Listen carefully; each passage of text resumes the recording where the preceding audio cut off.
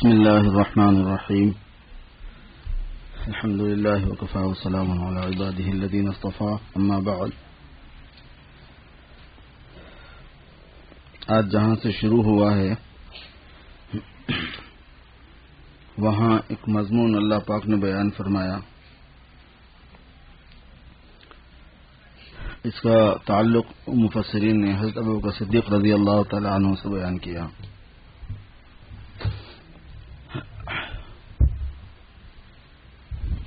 اس سے پہلے والے رکوع میں واقعہ افک کا بیان ہے.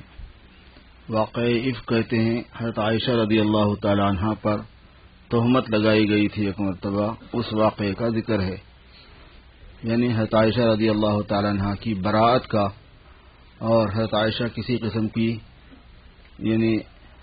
قسم کی بات میں ملوث نہیں ہیں اور پاک ہیں، عفیفہ ہیں، اس کو بیان کرنے کے لیے اللہ پاک نے سورت نازل فرمائی. ایک رکوع پورا نازل فرمایا حضرت عائشہ رضی اللہ تعالی عنہ کی فضیلت میں، اور ان کے اوپر الزام لگانے والوں کو بہت سخت وعید سنائی گئی ہے. اس لیے اہل سنت والجماعت کا عقیدہ اس معاملے میں بالکل یہ ہے کہ حضرت عائشہ رضی اللہ تعالی عنہ پر تہمت لگانا یہ بے ایمانی کی بات ہے، ایمان سے خارج کر دیتا ہے آدمی کو، چونکہ وہ قرآن شریف کی ایک روح کا انکار کر رہا ہے. جو حضرت عائشہ پر تہمت لگائے گا یا ان کے ساتھ بدتمیزی سے پیش آئے گا یا ان کی شان میں گستاخی کرے گا، وہ ایمان سے خارج ہوتا ہے. کیوں؟ اس واسطے کہ وہ قرآن پاک کی ایک پورے رکوع کا انکار کر رہا ہے. ایک واقعہ ہوا تھا سفر کے اندر، حضرت عائشہ رضی اللہ تعالی عنہ پیچھے رہ گئی تھی، استنجا کے لیے گئی ہوئی تھی. آپ نے سفر کا حکم، کوچ کرنے کا حکم دے دیا کہ چلو اونٹوں کے اوپر سواری لاد دی جائے اور چلے جائیں. تو عورتیں جو ہیں وہ پالکی میں بیٹھتی تھی پہلے، اور پالکی کو اٹھا کے اونٹ پہ رکھ دیا جاتا تھا. تو صحابہ کرام نے پالکی کو اٹھا کے اونٹ پہ رکھ دیا، اور یہ سمجھیں کہ اندر جو ہے نا وہ ام المؤمنین موجود ہیں، ام المؤمنین اندر موجود ہیں، وہ یہ سمجھ گئے. اور پردے کا حکم آ گیا تھا. تو پردے کا حکم کس طریقے کا تھا اس کا بھی اندازہ اس سے ہو جاتا ہے. جو لوگ پردے کے مسئلے میں کنفیوز ہیں نا کہ بھئی پردہ کیا ہے اسلام میں، کتنا پردہ ہے، کیسا پردہ ہے، تو اس میں یہ معلوم ہوا کہ صحابہ کرام وہ جو اونٹنی پر ہودج کو رکھ دیا، ہودج بولتے ہیں اس کو جو اونٹنی پہ رکھتے ہیں، ہودج کو رکھ دیے، تو وہ یہ سمجھے کہ حضرت عائشہ امی جان اندر ہیں. اگر وہ اسکاف والا پردہ ہوتا تو یہ سب مسئلہ ہی کیوں ہوتا؟ اسکاف جو ہے نا کوئی پردہ وردہ نہیں ہوتا. اسکاف پہننا اور بال کھولنا ایک ہی بات ہے، کوئی فرق نہیں. چہرہ کھول کے کوئی اسکاف پہنے اور چہرہ کھول کے کوئی بال کھولے، دونوں میں کوئی فرق نہیں، ایک ہی بات ہے وہ. تو اصل یہ ہے کہ اندر تھی خاتون، اندر ہوتی تھی، تو ہودج کو اٹھا کے اونٹ کے اوپر رکھنے کی بات تھی تو رکھ دیا صحابہ نے، اونٹ آگے نکل گیا.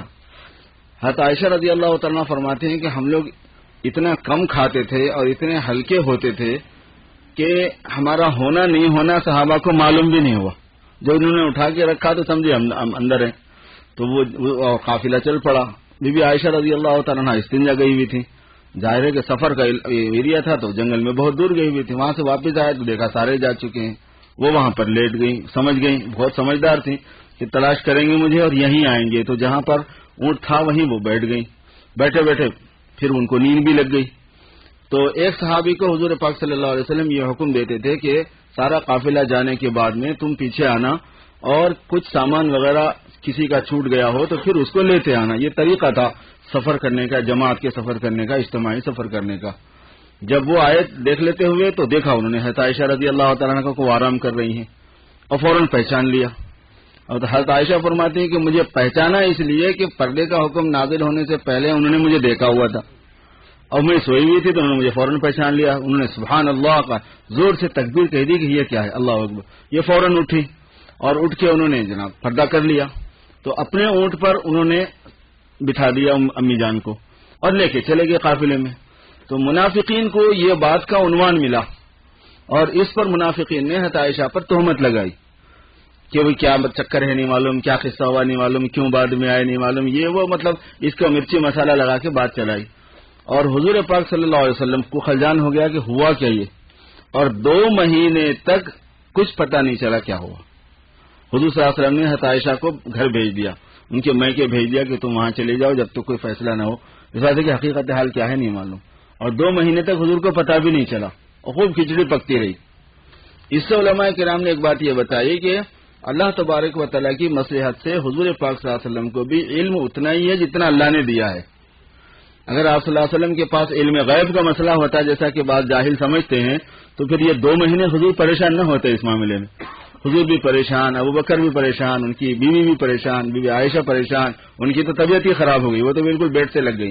ان کا بیان یہ ہے کہ اتنا سخت ان کو صدمہ ہوا اس بات کا کہ جب ان کو پتہ ہی نہیں تھا. پہلے ایک عرصے میں ایک مرتبہ باہر تشریف لے جا رہی تھی اپنی یعنی مستاح کی امی کے ساتھ میں، تو وہ جو ہے ٹھوکر لگی ان کو، تو انہوں نے اچانک جو ہے نا مستاح کو ملامت کی، تعیس ام مستاح. تو کہنے کہ اس پر ملامت کیوں کر رہے ہو؟ تو انہوں نے بتایا کہ تمہیں نہیں پتا کہ اس پر ملامت کیوں کر رہے ہو، وہی تو ہے تمہارے کیس میں. کہنے کہ میرا کیس کیا ہے؟ کہنے کہ تمہارا کیس یہ ہے کہ تمہارے اوپر بارے میں باہر یہ بات چل رہی ہے. وہ اس قدر صدمہ ہوا ان کو کہ استنجا کرنا مشکل، یعنی جانا مشکل ہو گیا، بستر سے اٹھنا مشکل ہو گیا، وہ بیمار ہو گئے. تو وہ تو یہ بیمار ہو گئے تھے اور حضور پاک صلی اللہ علیہ وسلم کو بھی کچھ حقیقت کا پتہ نہیں چل رہا تھا اس معاملے میں کیا ہے، حقیقت کیا ہے کیا نہیں. تو پھر یہ آیت سورت مبارکہ نازل ہوئی، پورا رکوع اس پر نازل ہوا ہے جس میں حضرت عائشہ رضی اللہ تعالیٰ عنہ کی برات کو بیان کیا گیا اور کچھ اصول اور ضابطے بیان کیے گئے اور ان کو سخت وعید سنائی گئی جو اس کے اندر شریک ہوئے تھے اور جنہوں نے اس میں حصہ لیا تھا. یہ اصل منافقین تھے اور آپ کو پتہ ہی ہے کہ ایسے موقع پر منافقین ہی ایشو بنایا کرتے ہیں اور اس کو اچھالا جاتا ہے اور اس کو خواہ کسی کے ساتھ لگا دیا جاتا ہے. موقع کی تلاش میں ہوتے ہیں کہ کسی طریقے پر اسلام اور صاحب اسلام کو بدنام کرنے کا کوئی بھی ایشو ہوگا اس میں منافق کا ہاتھ ہوگا. یہ قاعدے کی بات ہے. تو غرض یہ ہے کہ آپ اللہ تبارک و تعالیٰ نے بہت زیادہ ان پر وہ کی وعید سنائی اور کہا کہ ان کو بہت سخت عذاب ہونے والا ہے ان لوگوں کو، مگر اس کو تم برا مت سمجھو، اس میں اللہ پاک کی مصلحتیں ہیں. اس میں بہت سی چیزیں نکل کر آئیں جس کا تمہیں اندازہ نہیں ہوتا. منافقین اور مخلصین میں فرق بھی ہو جاتا ہے. ایسے موقع پر تو پتہ چلتا ہے کہ کون اپنا ہے کون پرایا ہے اور کس کے دل کے اندر کیا خرابی ہے. اس موقع پر ایک ہوا یہ تھا کہ بعض سیدھے سادے صحابہ وہ ایسے تھے کہ وہ بھی باتوں میں بات ملانے لگے. ہوتا نا بعض مرتبہ کنفیوژن میں سبھی آ جاتے ہیں. اب اس میں سے ایک وہ بھی تھے جن پر حضرت صدیق اکبر رضی اللہ تعالیٰ عنہ مستقل خرچ کرتے تھے، پورے مہینے کا خرچہ ان کو دیا کرتے تھے. اب جب بعد میں اللہ تبارک و تعالیٰ نے یہ صفائی نازل فرمائی پھر ماشاءاللہ حضرت صدیق اکبر حضرت عائشہ رضی اللہ تعالیٰ عنہ تو فخر کرتی تھی اس بات پہ کہ اللہ پاک نے میری حمایت کی، مجھے فیور دیا، میرے بارے میں رکوع نازل فرمایا، قیامت تک پڑھا جائے گا اس کو. یہ سب کچھ ہوا. تو اس کے بعد حضرت صدیق اکبر کو اس آدمی پر بڑا غصہ آیا جس آدمی کو پر آپ خرچ کرتے تھے اور اس نے ان کی بیٹی چکے تھا. عائشہ تو صدیق اکبر کی بیٹی ہے تو میری بیٹی کے ساتھ اس نے یہ بدتمیزی کی. پھر یہ اس کی صرف میری بیٹی نہیں ہے، یہ سارے مسلمانوں کی ماں ہے، حضور پاک صلی اللہ علیہ وسلم کی بیوی ہے، اس کا بھی اس نے لحاظ نہیں کیا، باتوں میں آ گیا خالی. تو جن بدتمیزوں کے ساتھ باتوں میں بعض سادے لوگ آ گئے تھے اس میں یہ بھی تھے. ایک وہ جن کو حضرت صدیق اکبر رضی اللہ تعالیٰ عنہ مدد کرتے تھے، انہوں نے اپنی مدد روک لی. اللہ تبارک و تعالیٰ نے حضرت صدیق اکبر رضی اللہ تعالیٰ عنہ کو یہ فرمایا کہ تم ان کی مدد مت روکو. یہ ہے یہاں سے شروع ہوا. یہ اصل میں پچھلے رکوع کا مضمون میں اس لیے سنایا تاکہ ایک تو یہ بات معلوم ہو جائے کہ حضرت عائشہ رضی اللہ تعالیٰ عنہ کے بارے میں قرآن پاک میں پوری صفائی موجود ہے. ان کو عفیفہ پاک دامن ماننا ضروری ہے، اسلام کا عقیدہ ہے وہ ضروری ہے. اور اس کے بعد میں یہ ہے کہ وہ جو سیدھے سادے لوگ باتوں میں آ گئے تھے اس میں سے ایک وہ بھی تھے جو صدیق اکبر کے بد ممنون تھے، احسان کیے ہوئے ہوتے تھے. تو ان کے ساتھ انہوں نے سوچا کہ تعزیرن اور سزان جو ہے ان کو نہ دیا جائے، مدد نہ کی جائے جیسے کہ ہر مہینہ یا جیسے بھی موقع سے کیا کرتے تھے. تو اللہ تعالیٰ نے فرمایا کہ تم نہیں چاہتے کہ اللہ تمہیں معاف کرے. حضرت صدیق اکبر سے فرمایا جب تم یہ چاہتے ہو کہ اللہ تمہیں معاف کرے تو پھر جس نے تمہارے ساتھ بدتمیزی کی، غلطی کی، تمہاری بیٹی کے ساتھ کی، اس کو بھی تم معاف کر دو. یہ بتایا گیا. تو ان کا مقام بہت اعلیٰ تھا. صدیق اکبر تو صدیق تھے نا، صدیقوں کے امام تھے. وہ مقام صدیقیت جو ہے وہ نبی کے بعد سب سے بڑا مقام ہوتا ہے. نبوت ہے، صدیقیت ہے، شہادت ہے، صالحیت ہے. 4 مرتبے کی اللہ تبارک و تعالیٰ کی نزدیکی ہوتی ہے انسانوں میں. اس میں سب سے بڑا مرتبہ نبوت کا ہے. نبوت کے بعد میں سب سے بڑا مرتبہ صدیقیت کا ہے. صدیقیت میں سب سے بڑا مرتبہ صدیقین میں ابو بکر صدیق کا ہے. امام الصدیقین ہے وہ، اسی وجہ سے ان کے ساتھ ابو بکر صدیق ہے. تو ان کی شان کے اعتبار سے یہ مناسب نہیں تھی کہ ایک آدمی سے ایسی غلطی ہو گئی پھر وہ مان بھی رہا ہے کہ اس سے غلطی ہو گئی، وہ گلٹی فیل بھی کر رہا ہے، اس کو درگزر کرو. وہاں سے یہ مضمون ہوا کہ اس کو تم اس پر خرچ کیا کرو اور اللہ تبارک و تعالیٰ سے معافی کی امید رکھو کہ اللہ تبارک و تعالیٰ تمہیں معاف کرے گا اگر تم دوسرے کو معاف کرو گے. الا تحبون ان یغفر اللہ لکم واللہ غفور الرحیم. اس میں ایک مضمون یہ بھی ہے کہ اللہ تعالیٰ نے فرمایا کہ شیطان جس جس راستے سے آتا ہے اس کو پہچاننا اور اس سے بچنا ضروری ہے. یہ ایک مستقل فن ہے میرے دوستوں کہ ہمیں دین پر چلنے کے واسطے جو شیطان پریشان کرتا ہے اور بہکاتا ہے اور وہ نفس کو ساتھ لیتا ہے ہمارے، اور نفس اس میں بھرپور ساتھ دیتا ہے. کبھی نفس شیطان کو یوز کرتا ہے، کبھی شیطان نفس کو یوز کرتا ہے. حافظ ابن قیم رحمۃ اللہ علیہ نے ایک جگہ پر لکھا ہے کہ نفس اتنا شریر ہے کہ شیطان کو یوز کرتے کرتے اگر وہ فن سیکھ لیا دین سے ہٹنے کا، اور زیادہ، پہلے تو خود ہی فنکار ہے، اور زیادہ وہ فن سیکھ لیا تو پھر شیطان شاگرد ہو جاتا ہے، نفس استاد ہو جاتا ہے. شیطان اس کی ضروریت میں آ جاتا ہے کہ صاحب میں آپ میرے باس، میں آپ کے ماتحت میں. ہوتا نا بعض مرتبہ ایک باس ہوتا ہے اور اس کے ماتحت کام کر رہا ہوتا ہے آدمی، کبھی پھر ایسی کہانی پلٹ جاتی ہے کہ وہ ماتحت میں ہو جاتا ہے، یہ اس کا باس ہو جاتا ہے، تو شیطان کا باس ہو جاتا ہے نفس. اس میں یہاں شیطان نے جو بہکایا تھا اس کو سمجھایا گیا ہے. اس سے ایک باضابطہ بات ملتی ہے مسلمانوں کو کہ شیطان کے بہکانے کی جو باریکیاں ہیں ان کو پہچاننا چاہیے. خالص دینی راستے سے آ کے ان کے ساتھ اچھا سلوک کرنے کو روک رہا تھا شیطان. کہ یہ وہ آدمی ہے جو اس بدتمیزی میں شریک ہے، اس بدتمیز کے ساتھ میں تو کسی قسم کی ہمدردی کرنا یہ بالکل غیرت اسلامی کے خلاف ہے، اسلام کے خلاف ہے. سمجھ میں آ رہا ہے نا؟ اس انداز میں وہ آیا تھا. حضرت صدیق اکبر رضی اللہ تعالیٰ کو اس نے سمجھایا تھا، مطلب خیال ڈال دیا. سمجھانے سے مراد یہ تھوڑی ہے کہ باضابطہ ان کی کوئی کلاس اس نے لی تھی، مطلب شیطان تو خیال ڈال دیتا ہے. تو اس سوچنے کا انداز اصل میں وہ تھا کہ وہ خالص اللہ کے لیے ہی اس کو نہیں دینا چاہ رہے تھے، مگر اللہ نے فرمایا کہ نہیں، اس معاملے میں جو اصل مجرم ہے وہ دوسرے لوگ ہیں، یہ سیدھے سادھے اس میں انوالو ہو گئے ہیں، اور انوالو ہونے کی وجہ سے قصوروار ضرور ہیں اور اس کی وجہ سے اللہ تعالیٰ ان سے مواخذہ کرے گا.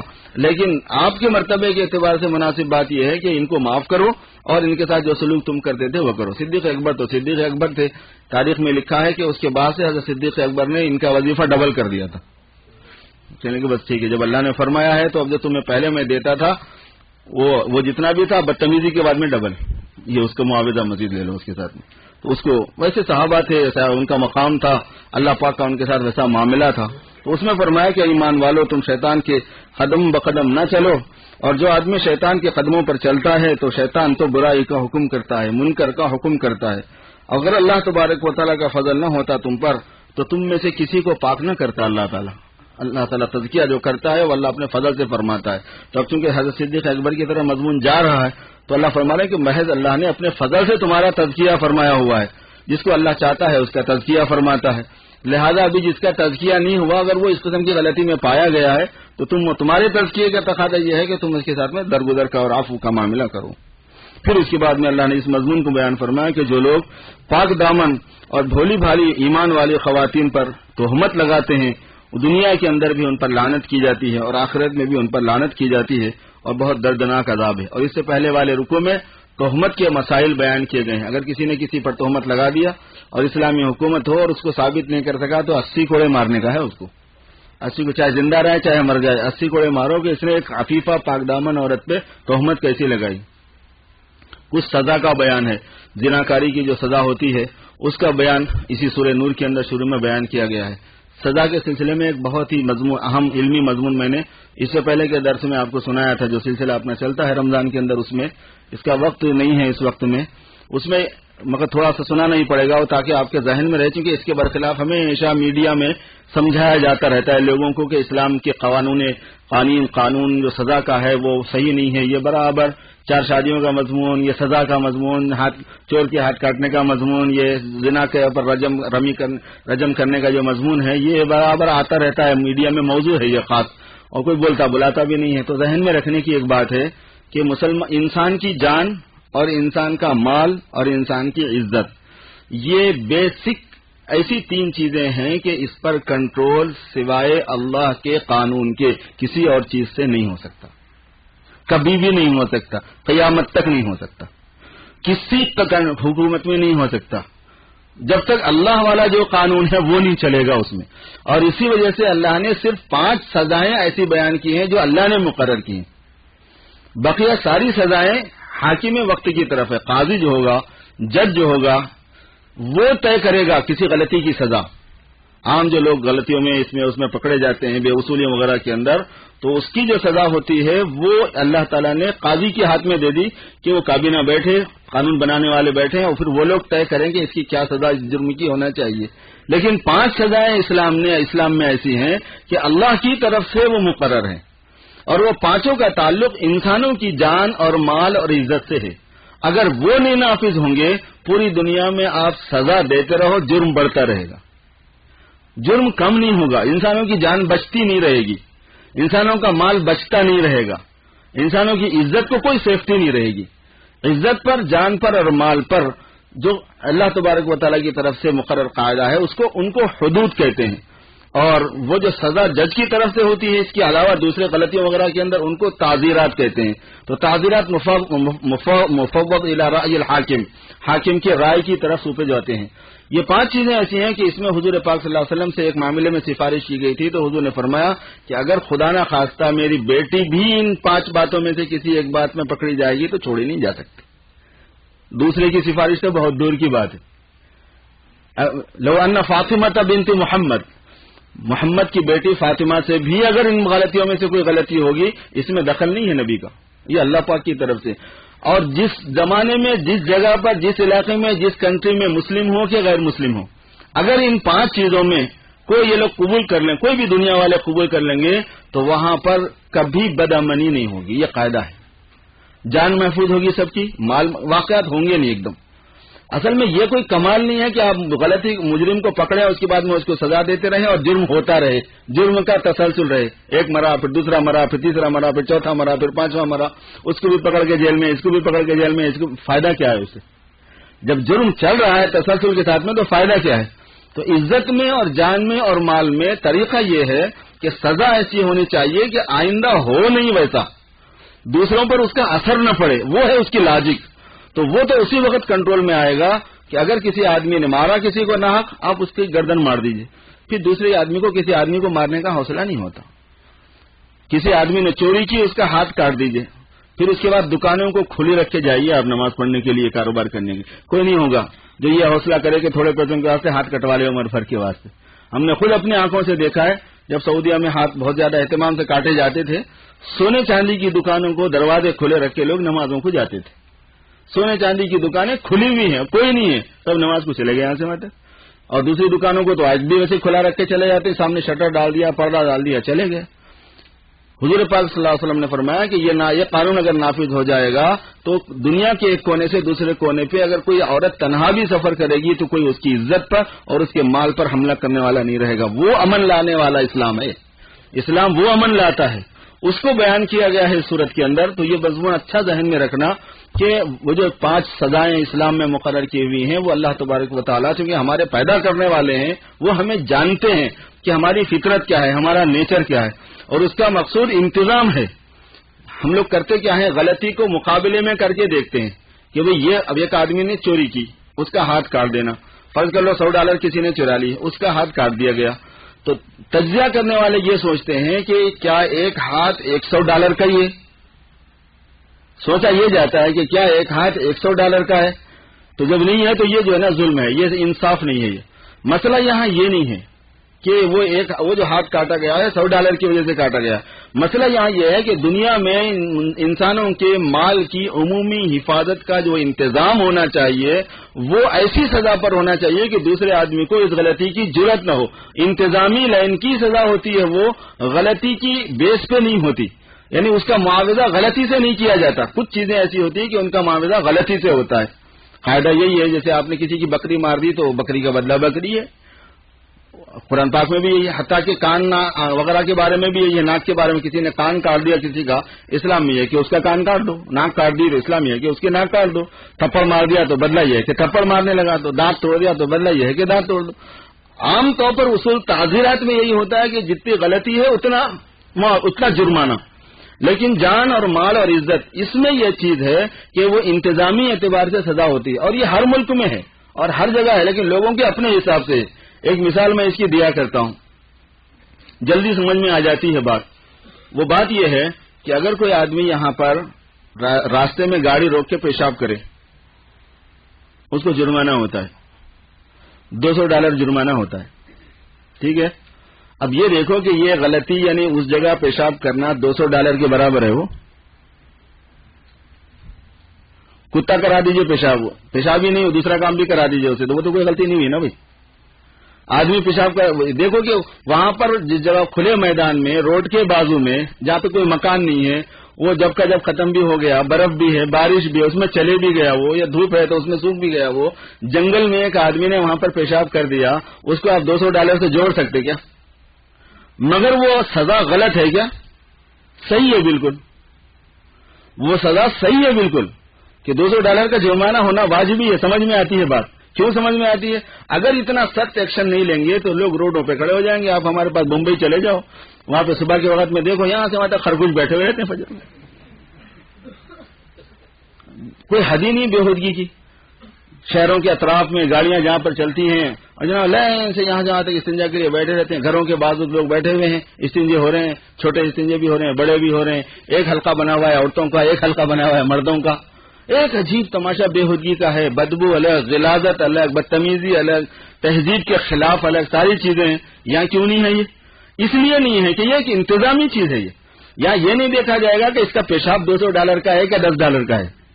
یہ نہیں دیکھا جائے گا. یہاں پہ یہاں یہ انتظامی چیز ہے. یہ دیکھا جائے گا کہ اگر اس طرح لوگوں کو لوز رکھا جائے، موقع دے دیا جائے کہ چلو کوئی بات نہیں، تم گاڑی روک کے بازو میں کھڑے ہو جاؤ، تو آپ یا تو گاڑیاں بہت چلتی ہیں، ہر تھوڑی دور کے بعد میں ایک گاڑی کھڑی ہوئی رہیں گی، اس کے بعد میں ایک آدمی بھی کھڑا ہوا رہے گا اس کے بازو میں، تو سارا طوفان بدتمیزی مچ جائے گی. تو بہت سی سزاؤں میں انتظام ہوا کرتا ہے. ایسے ہی اسلام میں 5 سزاؤں کے اندر انتظام ہے، اور وہ 5 سزائیں متعلق ہیں آدمی کی جان سے اور آدمی کے مال سے اور آدمی کی عزت سے. اور وہ ایسی چیز ہے کہ وہ اس میں سختی بہت زیادہ ہے. تو اگر وہ نافذ کر دیں گے نا تو پوری، چاہے کہیں مرڈر نہیں ہوگا، کہیں چوری نہیں ہوگی، لوگوں کے دروازوں کو قفل لگانے کی ضرورت نہیں. صحابہ کرام کے زمانے میں دروازوں کو قفل تک سمجھ رہے ہیں اب. وہاں قفل وفل کا کوئی نظام ہی نہیں تھا، دروازے نہیں ہوتے تھے گھروں کو، قفل تو بہت دور کی بات ہے. ایک ایسا انتظام تھا امن کا، نہیں کرتے تھے لوگ چوری. عزتوں پہ حملہ نہیں ہوتا تھا، کیونکہ عزت پہ حملہ کرنے کی صورت میں رجم کر دینے کا ہے، جان سے مار دینے کا ہے. وہ ایک ہمارا دوست جو ہے وہاں پہ سعودیہ میں کام کرتا ہو رہا تھا کہ بعض سعودین بھی بڑے خوبصورت ہوتے ہیں، مگر زندگی ایک ہی ہے، کیا کرنا بولے، جان ایک ہی ہے. پکڑے گئے تو ماری ڈالتے کم وقت. تو سزا کا ڈر ایسی چیز ہے کہ آدمی بےہودگی نہیں کر سکتا. اور اگر آپ اس کے اوپر کنٹرول نہیں کریں، عزت نفس پر، عورت کی عزت نفس پر کنٹرول حاصل نہ ہونا انتظامی اعتبار سے، تو پھر وہاں پہ نسب محفوظ نہیں رہتا. جب نسب محفوظ نہیں ہوتا تو پھر آگے تک بہت سی چیزیں چلتی ہیں آگے. مطلب یہ ہے کہ پھر وراثت کی تقسیم کیسے کرو گے آپ؟ نسب محفوظ نہیں ہے تو پھر آپ یہ ہے حقوق کی تقسیم کیسا کرو گے؟ بڑے چھوٹوں کے حقوق کیسے مقرر کرو گے؟ نسب اگر محفوظ نہیں ہے تو نکاح شادی بیاہ کے اندر حلت اور حرمت کی تقسیم کیسے کرو گے؟ جہاں نسب محفوظ ہونے کا انتظام ہوگا وہیں یہ سب چیزیں چل سکتی ہیں، اور جہاں نسب محفوظ ہونے کا انتظام نہیں ہے وہاں نہیں ہو سکتی. ہے تو بہت بےہودہ واقعہ، مگر میں سنا دیتا ہوں آپ کو تاکہ آپ کو سمجھ میں آئے کہ کیا اسلام کیا چیز ہے اور اسلام کے علاوہ کیا چیز ہے. اسلام میں اللہ پاک نے کتنی نعمت دی ہوئی ہے. وہ مشہور ہے کہ ایک لڑکا جو ہے کسی سے شادی کرنا چاہتا تھا، انہی لوگوں میں سے، یعنی اسلام کسی اور مذہب کے فالو کرنے والوں میں سے. تو اس کی اماں نے کہا کہ اس کے بابا نے کہا کہ اس سے تو شادی مت کر، اس واسطے کہ وہ تیری بہن ہے. اماں کو نہیں معلوم تھی وہ چیز. تو اس کے بعد میں پھر ایک اور بچی سے بات ہوئی تو اس نے کہا کہ اسے بابا نے پھر کہا کہ نہیں اس سے بھی شادی مت کر، اس لیے کہ وہ بھی تیری بہن ہے. ماں کو نہیں معلوم تھا تو ماں کا اصرار تھا کہ اسے شادی کر لے. تو بچے نے ماں سے کہا کہ بابا یہ بول رہا ہے کہ وہ میری بہن ہے، اس واسطے اسے شادی مت کر. تو ماں نے کہا کہ بے فکری سے کر لے، اس واسطے کہ تو اس کا ہوتا ہی نہیں. ماں نے یہ کہا کہ تو دونوں میں سے جس سے چاہے شادی کر لے، اس لیے کہ تو اس کا نہیں ہوتا، تیرا باپ وہ نہیں ہوتا، اس کو پتہ ہی نہیں ہے کہ تیرا باپ اصل کون ہے. یہ صورتحال ہوتی ہے. تو اب یہ عام جہاں پہ مذہب نہیں ہے، اقدار نہیں ہے دینی، وہاں تو یہ سب چیزیں چل سکتی ہیں. مگر اسلام میں تو بے انتہا قدریں ہیں، آرگنائز ہے پورا، اور پورا خاندان کا شیرازہ بنا ہوا ہوتا ہے. ہمارے پاس دادا دادی، نانا نانی، خالہ خالو، ماموں ممانی، چچا چچی، بہن بھائی بھتیجے، اور ان کے نام الگ ہیں، ان کے حقوق الگ ہیں، ان کے رائٹس الگ ہیں، ان کے احکام الگ ہیں، انہیریٹن میں ان کے حصے الگ ہیں. ہمارے پاس حلت اور حرمت کی تفصیل موجود ہے کہ کس سے شادی کرنا حلال ہے، کس سے شادی کرنا حرام ہے. تو اس کے واسطے شادی کا نظام محفوظ رہنا بہت ضروری ہے ہمارے پاس، کہ نسب معلوم ہو کہ کس کی کون اولاد ہے. اسی سے جو ہے نا پھر یہ رشتے سارے بنتے ہیں. اور یہ محفوظ اس وقت ہوتا ہے جب عزت کا مسئلہ قابو میں رہے عورت کے. تو عزت کو محفوظ رکھنے کے لیے، مال کو محفوظ رکھنے کے لیے انسانوں کی، اور جان کو محفوظ رکھنے کے لیے 5 سزائیں اسلام میں ایسی ہیں کہ اس کے بغیر پوری دنیا میں تجربہ اس کا ہو چکا ہے، کبھی قابو میں نہیں آ سکتی بات. اس لیے پبلسٹی سے، میڈیا سے، لوگوں کے باتیں کرنے سے برا نہیں ماننا ہے، اور اس کی وجہ سے مرعوب. اب ہم لوگ ہیزیٹیٹ ہو جاتے، شرما جاتے، ارے ہمارے اسلام میں کچھ کمزوری ہے، شاید خود اپنے اسلام کی اسلامی تعلیمات میں کچھ لوز ہے، کچھ لوز بول ہے، کچھ گڑبڑ ہے، پتہ نہیں ہمارے پاس ایسا کیوں ہے. ارے بھائی، جو اسلام میں بات ہے وہ کہیں نہیں ہے اور قیامت تک کہیں نہیں آئے گی، یاد رکھ لیجئے. اس میں جو حقانیت ہے، اس میں جو صداقت ہے، اس میں جو لاجک ہے، اس میں جو سنسیئرٹی ہے، اس میں جو معقولیت ہے، اس کے اندر جو طاقت اللہ نے رکھی ہے، اس میں جو روحانیت ہے، اس میں جو پوری سوسائٹی کا نفع ہے، اسلامی پوری تعلیمات کی یہ خصوصیت ہے، ایک چھوٹی سے چھوٹی بات سے لے کے بڑی سے بڑی بات تک، کہ اللہ تبارک و تعالیٰ نے انسانوں کی جانوں، مالوں، عزت، آبرو، ان سب چیزوں کی پوری رعایت فرمائی ہے. بالکل دین فطرت پر ہے، اور اسلام اپنے پوری شکل و صورت کے ساتھ محفوظ ہے. صرف یہ ہے کہ اس کو عملی طور پر نافذ کرنے والے لوگ سستی کرتے ہیں، بقیہ اسلام اپنے طور پر محفوظ ہے. وہ اس وجہ سے سزاؤں کا بیان ہے. تو چونکہ اس صورت کے اندر سزاؤں کا بیان تھا، اس لیے تھوڑا سا مضمون اس سلسلے کا میں نے سنا دیا آپ کو. آج ہے بیٹھنے کا ارادہ، بولے تو تھوڑا آگے چلتا ہوں. ہاں کیا کہہ رہے ہیں؟ کچھ کہہ رہے ہیں؟ اچھا. معاشرتی اعتبار سے کچھ اہم مسائل کچھ بیان فرمائے گئے ہیں. ایک اور آیت پر نظر پڑی، وہ بھی ذہن میں رکھ لینے کی ہے. اللہ تبارک و تعالیٰ حضرت عائشہ رضی اللہ تعالیٰ عنہ کی فضیلت میں یہ بیان فرما رہے ہیں کہ جو ہمارے پاس سب سے طیب بندہ ہے، ہم نے اس کو سب سے طیبہ عورت دی ہے. بات سمجھ میں آ رہی؟ کیا بول رہے ہیں اللہ پاک؟ کتنی بڑی بات بول رہے ہیں. میں نے محمد کی بیوی ان کو بنایا ہے تو کوئی کھیل تماشا نہیں ہے، یہ فرما رہے ہیں اللہ تبارک. جو میرے پاس طیب ہے اس کے لیے میں نے طیبہ دی ہے. تو اب اگر کوئی ان پر تہمت لگائے، الزام لگائے، تو وہ کس پہ لگا رہا ہے؟ لوگ سمجھتے ہیں کہ یہ ہمارا شیعہ سنی اختلاف معمولی اختلاف ہے. اتنا گمبھیر اختلاف ہے کہ قیامت تک نہیں صحیح ہو سکتا ہے. تم کبھی نہیں جوڑ سکتے شیعہ سنیوں کو کبھی نہیں جوڑا جا سکتا کہ بھائی شیعہ سنی مسلمان ہیں مل کے رہو. کبھی قیامت تک نہیں جوڑ سکتے. اصولی کچھ ایسے ہیں. مذہبی ان کا شروع ہوگا تمہاری اماں کو گالی دینے سے، کہاں سے جڑ جائے گا؟ جوڑ تو جب ہوتا ہے کہ آپ کے اصولوں میں، ان کے اصولوں میں جو ہے نا کچھ ایسی بات رہنا، فلیکسیبلٹی رہنا کہ جوڑ ہو سکے. نہیں ہو سکتا. یا تو ان کو توبہ کی ترغیب دی جائے. ہم شیعہ نہیں ہو سکتے، وہ سنی ہو سکتے ہیں کیونکہ وہ غلطی پر ہیں، تو ان کو سنی ہونے کی ترغیب دینا، ان کو غلطیوں سے توبہ کرانا کہ یہ سب غلطی ہے، مذہب اسلام کے خلاف ہے تمہارے عقیدے، ان کو چھوڑ کے تم آ جاؤ، تب جوڑ ہو سکتا ہے، ورنہ نہیں ہو سکتا. چونکہ عقیدوں کی کچھ صورت ہی ایسی ہے. قرآن پاک میں تحریف ہو گئی، اس کے قائل ہیں، کیسا جڑے گی بات؟ بیوی عائشہ رضی اللہ تعالیٰ پہ تہمت لگاتے، کیسے جڑے گی بات؟ ابوبکر صدیق اور عمر فاروق رضی اللہ تعالیٰ عنہ کو منافق بولتے، کیسے جڑے گی بات؟ جو ہمارے خلیفہ اول ہیں. ابھی میں پرسوں تاریخ کی کتاب دیکھ رہا تھا، بڑی عجیب ایک واز دیکھ رہا تھا، ایک بزرگ کا بڑی عجیب بات انہوں نے فرمائی. وہ جو حدیث شریف میں آتا ہے نا، خیر القرون قرنی، سب سے بہترین زمانہ میرا زمانہ ہے، حضور نے فرمایا. اور حضور نے خلفائے راشدین کی اتباع کرنے کا بھی فرمایا. تو قرنی جو ہے نا، لفظ عربی میں قرنی ہے. خصوصیت اس میں خاص یہ ہے کہ چاروں خلفائے راشدین کا جو آخر کا لفظ ہے نا، یہ قرنی میں جمع ہے.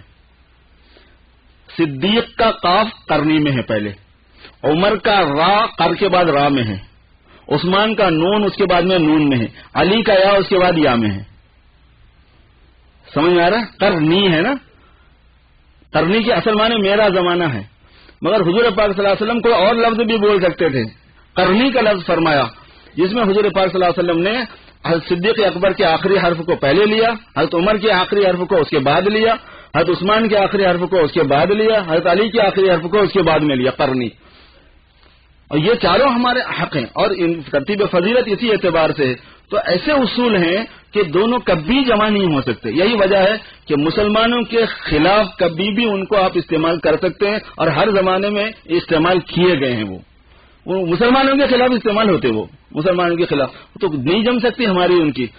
طریقہ اس کا یہ ہے کہ ٹھیک ہے، لڑائی نہ کرو، آپ اختلاف نہ کرو، جھگڑا نہ کرو، لیکن آپ مل کے نہیں رہ سکتے. آپ کلچر نہیں ملا سکتے، مذہب نہیں ملا سکتے، قدریں نہیں ملا سکتے، اتفاق اتحاد کی بات ان کے ساتھ نہیں کر سکتے.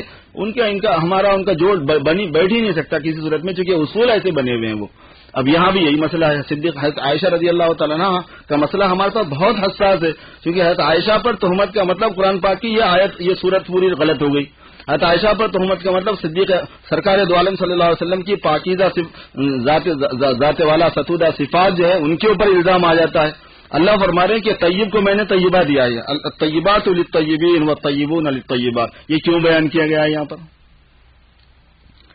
خیر، معاشرتی مسائل کے اندر سے ایک بات یہ بیان فرمائی گئی ہے کہ دوسرے کے گھر میں بغیر اجازت کے اور بغیر سلام کیے کہ مت داخل ہوا کرو. علماء نے اس کی وجہ سے اس میں یہ بات بھی فرمائی ہے کہ دوسروں کے گھر کے اندر بھی یہ بات ہے، اور حدیثوں میں یہ ہے کہ اپنے گھر میں بھی بغیر سلام کے نہیں جانا چاہیے. ایک تو اپنے گھر میں سلام کر کے آواز کر کے جانے سے گھر والوں کو پتہ چل جاتا ہے، اگر وہ کسی ایسی حالت میں حیات میں ہوں کہ جن کا آپ کے سامنے ہونا ان کو پسند نہ ہو، وہ محتاط ہو جائیں. اور دوسری بات یہ ہے کہ سلام کر کے جانے سے شیطان ساتھ میں داخل نہیں ہوتا. اگر آدمی اپنے گھر میں داخل ہوتے ہوئے سلام کر کے جاتا ہے تو پھر شیطان ساتھ میں نہیں جاتا. شیطان کہتا ہے کہ لا مبیت ولا طعام، یہاں پہ نہ تو رات گزارنے کی گنجائش ہے نہ یہاں پہ کھانے کی گنجائش ہے. اور اگر آدمی بغیر سلام کیے کہ گھر میں داخل ہو جاتا ہے تو حدیث شریف میں آتا ہے کہ شیطان کہتا ہے ہلمو، وہ خود بھی آ جاتا ہے اور دوسرے گروپ کو بھی بلا لیتا ہے، ہلمو الی طعام و مبیت، ارے یہاں پہ آج کھانا بھی ہے، آج یہاں پہ قیام بھی ہو سکتا ہے، بولے دونوں چیزیں آ جاؤ یہاں پہ. اب شیطان گھر کے اندر جب داخل ہو جاتا ہے تو آپ کو پتا ہے کہ پھر کیا ہوتا ہے، پھر میاں بیوی میں جھگڑا ہوتا ہے، پھر لڑائی ہوتی ہے، سرپٹبل ہوتی ہے، ذرا ذرا سی بات پہ غصہ آتا ہے. تو چھوٹی چھوٹی سنتیں ہوتی ہیں بعد، لیکن بڑی برکات ہیں اس کی. تو گھروں میں داخل ہونے کی صورت میں سلام کرنے اور اجازت لینے کا کہا گیا ہے. البتہ اپنا گھر ہے تو اجازت لینے کی تو ضرورت نہیں ہے، سلام کرنے کا ہے. دوسرے کا گھر ہے تو سلام بھی کرنا ہے اور اجازت بھی لینی ہے جب تک اجازت نہ ملے اس وقت. اور یہ کہا گیا ہے کہ اگر گھر والا کسی وجہ سے معذرت کرے آپ سے ملنے کے لیے کہ میں اس وقت نہیں مل سکتا، معذرت چاہتا ہوں، تو برا نہیں ماننا ہے، بلکہ تم واپس ہو جاؤ، کسی اور موقع کے لیے اس سے وقت لے لیا کرو. پھر ایمان والوں کو حکم دیا گیا ہے کہ وہ اپنی نگاہوں کی بھی حفاظت کریں اور اپنی شرمگاہوں کی بھی حفاظت کریں. اور ایمان والیوں کو بھی حکم دیا گیا ہے کہ وہ اپنی نگاہوں کی بھی حفاظت کریں اور اپنی شرمگاہوں کی بھی حفاظت کریں. جیسے نامحرم عورت کو مرد کے لیے جائز نہیں ہے کہ وہ دیکھے، ایسے ہی عورت کے لیے بھی جائز نہیں ہے کہ وہ دیکھے بلا ضرورت شدیدہ. بلا ضرورت شدیدہ کا مطلب یہ کہ بازار ادار سامان لینے کے لیے جائے گی تو ظاہر ہے کہ اس کی آنکھ تو کھلی رہے گی، اس کے اوپر تو نظر پڑے گی، لیکن ارادی طور پر مردوں کو دیکھنے کی، جیسے عورتوں کو مردوں کو ممانعت ہے نامحرم عورتوں کو دیکھنے کی، ایسے عورتوں کو بھی ممانعت ہے نامحرم مردوں کو دیکھنے کی. عورتوں کے لیے یہ بات بتائی گئی ہے کہ ان کا جو اپنا جسم ہے وہ اور جسم پر جو زیب و زینت ہے وہ، یہ دونوں چیزیں نامحرم مرد نہیں دیکھنا. خالی جسم ہی نہیں بلکہ جسم پر جو زیور ہوتا ہے وہ بھی نہیں دیکھنے کا ہے. تو اس وجہ سے جسم بھی چھپانا ہے اور جو لباس پہنا جاتا ہے وہ، جو زیور پہنا جاتا ہے وہ، اس کو بھی چھپانے کا حکم دیا گیا ہے.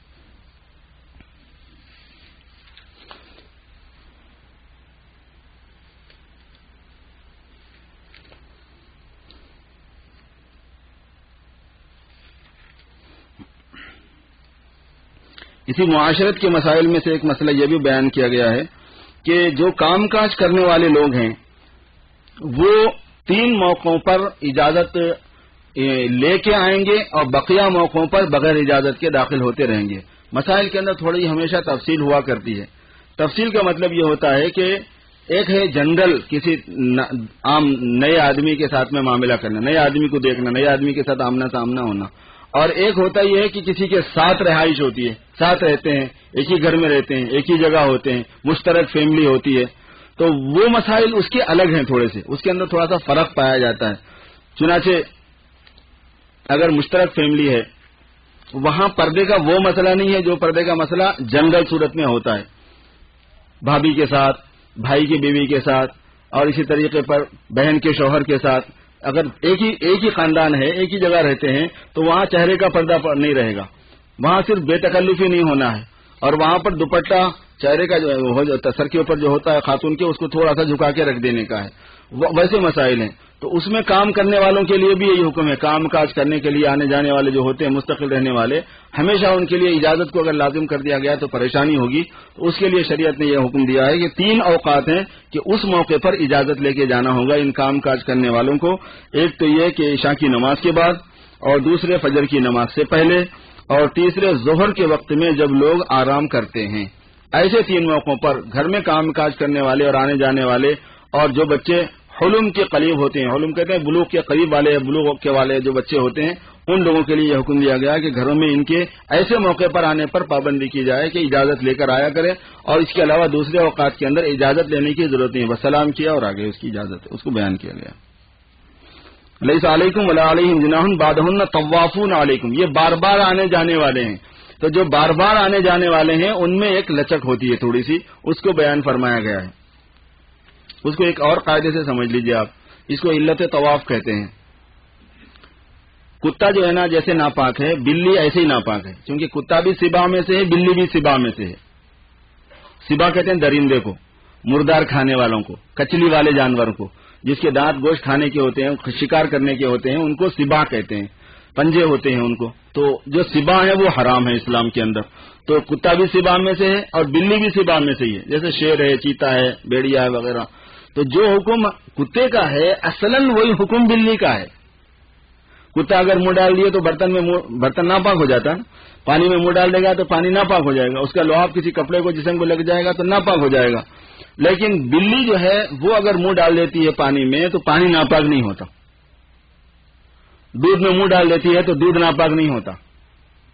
دودھ کا برتن رکھا ہوا ہے، منہ ڈال دیا اس نے، اس کا لعاب لگ جاتا ہے تو وہ حکم نہیں ہے، اس کو صرف مکروہ ہے صفائی کر لی جائے خالی، مگر حالانکہ ہے وہ درندہ حرام اسی وجہ سے ہے وہ۔ اس کی وجہ کیا ہے؟ حضور پاک صلی اللہ علیہ وسلم نے فرمایا کہ وہ طوافین میں سے، یعنی کتے سے تو بچنا ممکن ہے کہ روکا جائے گا، پالا ہی نہیں جائے گا اس کو، لیکن بلی تو آتی گھروں میں چوہے کھانے کے لیے ہے۔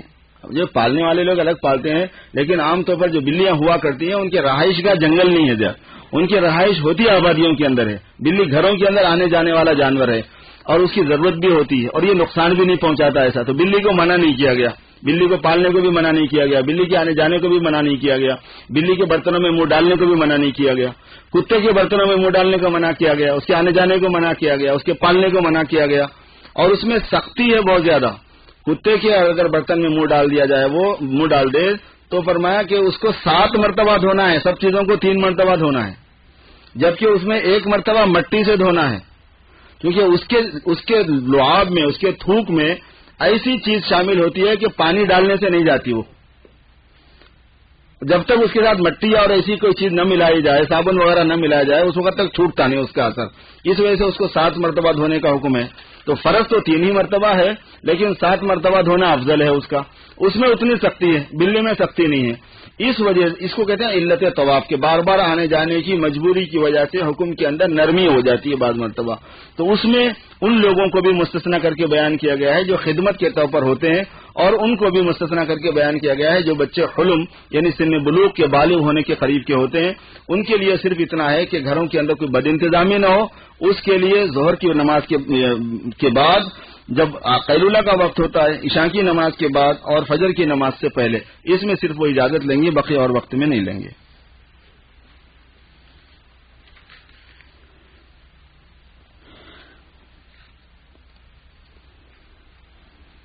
ایمان والوں کی کچھ خاص صفات اللہ تبارک و تعالی نے 28 سے 18 پارے میں بھی بیان فرمائی، بہت اسپیشل صفات ہیں، ایسی صفات ہونی چاہیے۔ ایمان اگر ان صفتوں کے ساتھ ہوگا وہ بہت کامل ہوگا، چنانچہ ان صفتوں کو میں بالکل بالاجمال ذکر کر دیتا ہوں، 18 پارے کا بھی ذکر کر دیتا ہوں اور ادھر 19ویں پارے میں جو ہے ان کا بھی ذکر کر دیتا ہوں مختصر طریقے پر۔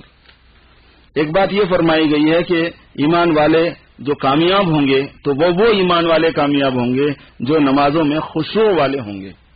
نماز تو پڑھنا ہی پڑے گا، تبھی تو وہ خشوع کرے گا، اس نے فرمایا کہ نمازوں میں خشوع ہونا، نماز میں خشوع کا مطلب یکسوئی رہنا، کنسنٹریشن ہونا، توجہ اللہ تبارک و تعالیٰ کی طرف ہونا، دھیان ادھر ہی رہنا، جی لگا کے پڑھنا، خوشی سے پڑھنا، جی لگا کے پڑھنا، حاضر دماغی سے پڑھنا، اور اس کی تھوڑی سی مشق کرنی ہوتی ہے، اگر تھوڑی سی مشق بندہ کرے تو قابو میں آتی ہے چیز، ورنہ تو نفس ادھر ادھر گھماتا رہتا ہے آدمی کو۔ اسی وجہ سے اپنے لیے بھی یہ حکم ہے اور دوسروں کے لیے بھی یہ حکم ہے کہ نماز کا کنسنٹریشن متاثر جس چیز سے ہوتا ہے اس سے روکا گیا ہے، نمازی کے سامنے سے جانے سے جو روکا جاتا ہے وہ اسی لیے ہے، سیل وغیرہ کو بند کرنے کی جو تعلیم دی جاتی ہے وہ اسی لیے کہ ڈسٹرب ہوگا بندہ، چھوٹے بچوں کو لانے سے منع کیا جاتا ہے وہ اسی لیے کہ چھوٹے بچے کا شور اپنے کو برا نہیں لگتا لیکن دوسروں کو برا لگتا ہے۔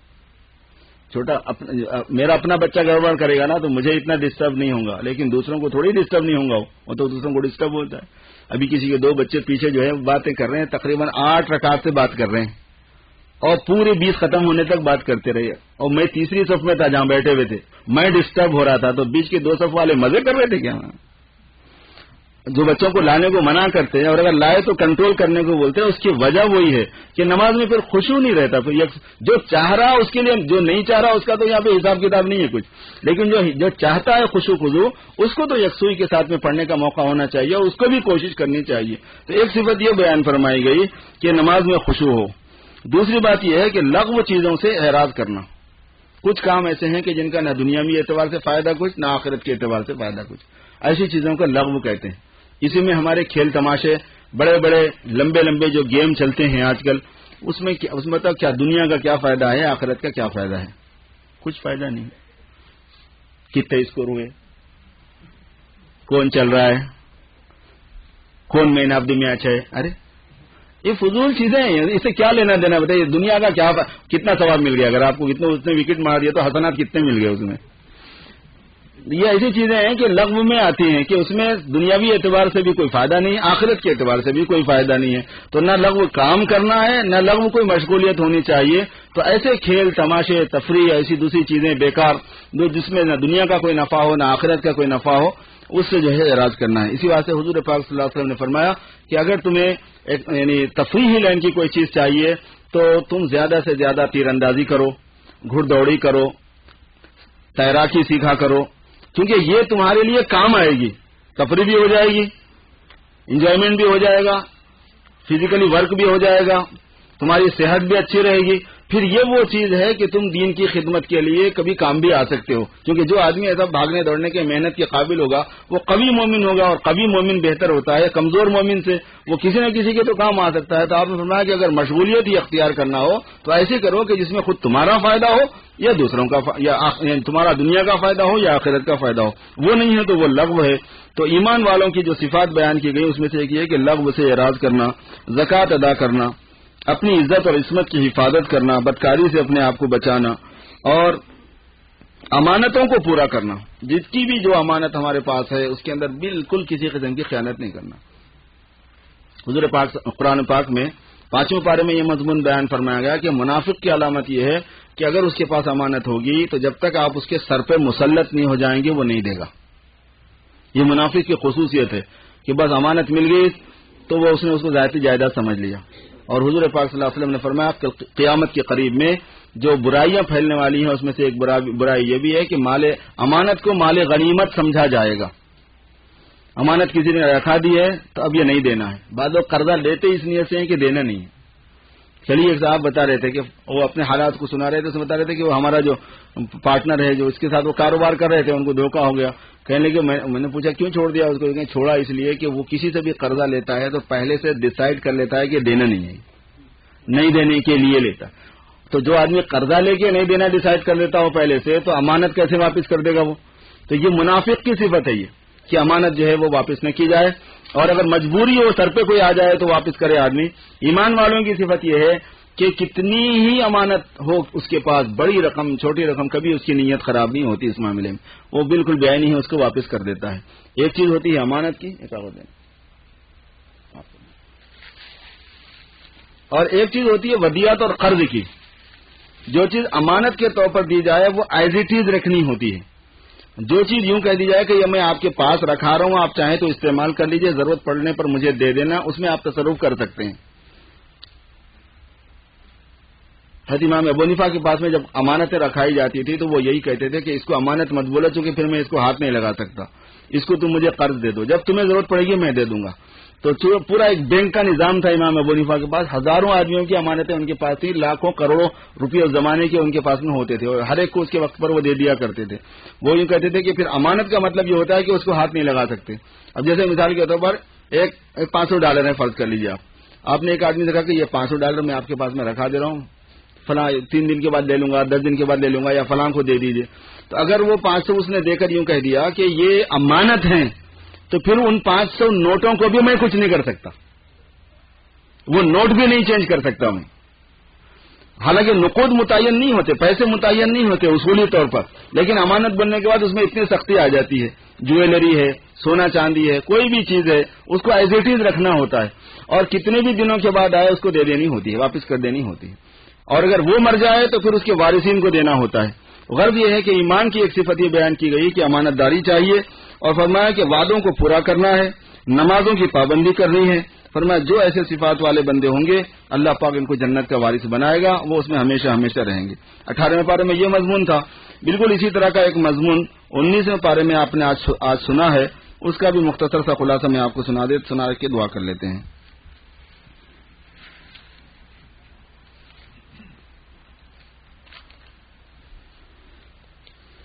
فرمایا کہ اللہ تبارک و تعالی نے اللہ کے جو اپنے یہ جو کائنات کی نشانیاں بنائی ہوئی ہیں، رات اور دن، چاند اور سورج، آسمان، زمین وغیرہ، یہ جو اللہ تبارک و تعالیٰ کا شکر کرنا چاہتا ہے اور اللہ کی نعمتوں سے اللہ کو پہچان کے اللہ تبارک و تعالیٰ کو یاد کرنا چاہتا ہے، اس کے لیے یہ چیز ہم نے بنائی ہوئی ہے۔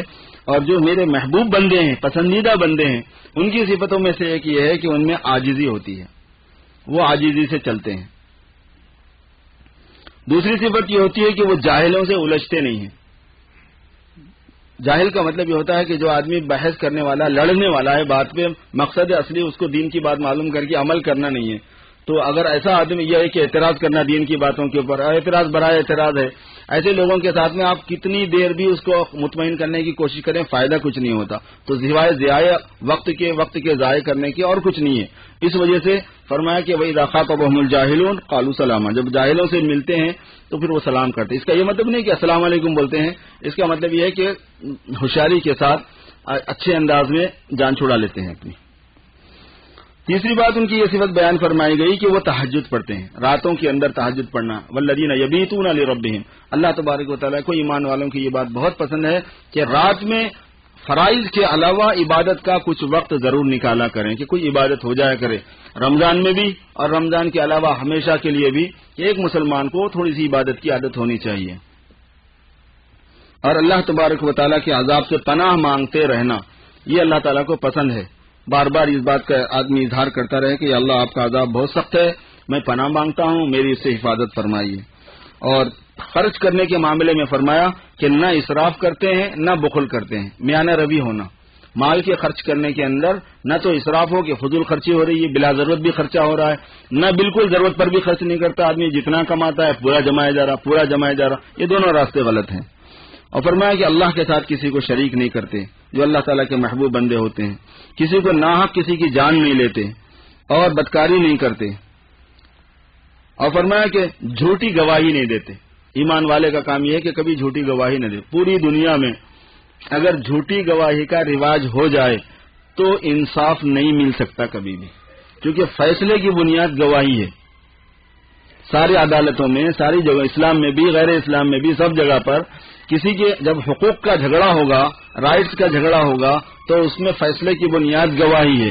اگر جھوٹی گواہی کا رواج عام ہو جائے اور پیسے لے کے لوگ گواہ دینے کے لیے تیار ہو جانا شروع ہو جائیں تو پھر امن کا نظام برخاست ہو جاتا ہے وہاں سے۔ اس لیے شہادت زور کو اکبر الکبائر میں بیان فرمایا گیا۔ ایک مرتبہ حضور پاک صلی اللہ علیہ وسلم لیٹے ہوئے تھے اور کچھ بات بیان فرما رہے تھے، نصیحت فرما رہے تھے۔ ایسی باتوں میں آپ نے فرمایا کہ بڑے بڑے گناہ یہ ہیں، تو اس موقع پر شہادت زور کا بیان آ گیا تو حضور پاک صلی اللہ علیہ وسلم اٹھ کے بیٹھ گئے اور فرمایا کہ جھوٹی گواہی تو بہت ہی بڑا گناہ ہے، جھوٹی بڑائی تو اکبر الکبائر میں سے، جھوٹی گواہی تو اکبر الکبائر میں سے۔ اتنی مرتبہ فرمایا کہ صحابہ کہتے ہیں کہ آپ صلی اللہ علیہ وسلم پر ہم لوگوں کو ترس آ رہا تھا کہ اتنا بوجھ کیوں لے رہے ہیں آپ اس بات پہ، مگر علماء کرام نے فرمایا کہ اس کی وجہ یہ ہے کہ اگر دنیا کے اندر جھوٹی گواہی کی لوگوں کو لت پڑ گئی اور اتنی بڑی جرت کرنے لگ گئے لوگ تو پھر انصاف ختم ہو جائے گا، دنیا سے کسی کو انصاف نہیں مل سکے گا۔ تو جھوٹی گواہی جو ہے وہ بہت بڑا گناہ ہے اسلام کے اندر۔ وَإِذَا مَرُّوا بِاللَّغْوِ مَرُّوا كِرَامًا، اور لغو چیزوں کے اوپر سے جب ان کا گزر ہوتا ہے تو شرافت کے ساتھ میں وہاں سے نکل جاتے ہیں، اس میں ملوث نہیں ہوتے، نہ باتوں کے اعتبار سے نہ کام کے اعتبار سے۔ اور جب اللہ تبارک و تعالیٰ کی آیتیں ان کو یاد دلائی جائیں، اللہ کے احکام سنائے جائیں، اللہ کی باتیں بتائی جائیں تو وہ دلچسپی بھی لیتے ہیں اس میں، اور اندھے اور بہرے نہیں بنتے، بلکہ جو اس کا تقاضا ہے اس کو سمجھتے ہیں، اس کے مطابق عمل کرتے ہیں، اور پھر وہ اپنی بیویوں کے لیے اور اپنے بچوں کے لیے دعا کرتے ہیں۔ ایمان والوں کی ایک خصوصیت یہ بھی ہے کہ اپنی بیوی بچوں کے لیے دعا کا اہتمام کریں۔ یہ سورہ فرقان کی آیت ہے، اپنی اولاد کے لیے ہمیشہ دعا کرتے رہنے سے اولاد اچھی بھی ہوتی ہے، اور علماء نے فرمایا کہ اتنی جامع دعا ہے کہ اس سے اچھی دعا نہیں ہو سکتی۔ فرمایا کہ اس کا مطلب آیت یہ ہے والذین یقولون ربنا هب لنا من ازواجنا وذریاتنا قرۃ اعین وجعلنا للمتقین اماما، اور مطلب اس کا یہ ہوتا ہے کہ یا اللہ آپ ہماری بیویوں کو اور ہماری اولادوں کو ہماری آنکھوں کی ٹھنڈک بنا دیجیے اور ہمیں متقیوں کا امام بنائیے۔ علماء کہتے ہیں کہ آنکھ کی ٹھنڈک، ماں باپ ایسے ہیں کہ اولاد کو کسی بھی اعتبار سے کچھ بھی تکلیف پہنچی تو ماں باپ کا سکون برباد ہو جاتا ہے۔ آنکھ کی ٹھنڈک ہونے کا مطلب یہ ہے کہ ان کو مالیاتی اعتبار سے بھی آرام رہنا، آنکھ کی ٹھنڈک ہونے کا مطلب یہ ہے کہ صحت وغیرہ کے اعتبار سے بھی انہیں اچھے رہنا، آنکھ کی ٹھنڈک ہونے کا مطلب یہ ہے کہ بے عزتی وغیرہ کے معاملے میں بھی ملوث نہیں ہونا، عزت وغیرہ کے اندر بھی وہ رہنا۔ تو عزت کے اعتبار سے، عافیت کے اعتبار سے، صحت کے اعتبار سے، مال کے اعتبار سے، تعلیم کے اعتبار سے، حالات کے اعتبار سے جب بچے کسی بھی اعتبار سے اس میں ڈسٹرب ہوتے ہیں تو ماں باپ کا سکون برباد ہوتا ہے۔ تو ان کو آنکھوں کی ٹھنڈک بنانے کا مطلب یہ ہے کہ ان سب چیزوں کے لیے مانگا جا رہا ہے ان سے کہ ہمارے آنکھوں کے سامنے ان کو کوئی تکلیف کسی لائن سے نہ پہنچے، تب ہمارا جی ٹھنڈا رہے گا، تب وہ ہماری آنکھوں کی ٹھنڈک بنیں گے۔ اور پھر یہ ہے کہ اعمال کے اعتبار سے بھی، دین کے اعتبار سے بھی، کیونکہ دین کے اعتبار سے جو اولاد برائی میں پڑ جائے گی تو وہ آنکھوں کی ٹھنڈک کیا بنے گی؟ وبال جان بن جائے گی، کیونکہ اولاد جو برائی کرتی ہے اس کا وبال ماں باپ کو بھی پہنچتا ہے۔ تو اس لیے آنکھوں کی ٹھنڈک دین کی دعا کو بھی شامل ہے اس میں، اور یہ بھی اس کے ساتھ ہے کہ وجعلنا للمتقین اماما، کہ آپ ہمیں متقیوں کا امام بنا دیجئے۔ تو اس کا مطلب یہ ہے کہ ہماری اولاد کو متقی بنائیے، یہ ان کے بڑے ہوں گے ماں باپ جو ہوتے ہیں۔ اس دعا کے بارے میں بھی فرمایا، تو فرمایا جو لوگ ان صفات کے حامل ہیں ایسے یہ وہ لوگ ہیں کہ جن کو جنت کے بالا خانے بدلے میں دیے جائیں گے صبر کرنے کی وجہ سے، اور اللہ تبارک و تعالیٰ کی طرف سے تحیہ اور سلام ان کو پیش آئے گا، یعنی اللہ پاک کی طرف سے سلامتی ان کو نصیب ہوگی فرشتوں کے ذریعے سے بھی، اور خود اللہ تبارک و تعالیٰ کی صفت چونکہ سلام ہے اس کے اثرات ان کو بھرپور ملیں گے۔ اللهم صل على سيدنا مولانا محمد وعلى ال سيدنا مولانا محمد وبارك وسلم۔ ربنا ظلمنا انفسنا وان لم تغفر لنا وترحمنا لنكونن من الخاسرين۔ ربنا لا تزغ قلوبنا بعد إذ هديتنا وهب لنا من لدنك رحمة إنك أنت الوهاب۔ اللهم إنك عفو كريم تحب العفو فاعف عنا يا كريم۔ اللهم آت نفوسنا تقواها وزكها أنت خير من زكاها أنت وليها ومولاها۔ اللهم ربنا هب لنا من أزواجنا وذرياتنا قرة أعين وجعلنا للمتقين إماما۔ اللهم إنا نسألك الصحة والعفة والعافية والمعافاة الدائمة في الدين والدنيا والآخرة۔ اللهم اغفر لأمة سيدنا محمد صلى الله عليه وسلم۔ اللهم ارحم أمة سيدنا محمد صلى الله عليه وسلم۔ اللهم فرج الكرب عن أمة سيدنا محمد صلى الله عليه وسلم۔ اللهم أصلح أحوال أمة سيدنا محمد صلى الله عليه وسلم، وأنت المستعان وعليك البلاغ، ولا حول ولا قوة إلا بالله العلي العظيم۔ وصل وسلم وبارك على سيدنا ومولانا محمد وآله وأصحابه أجمعين برحمتك يا أرحم الراحمين۔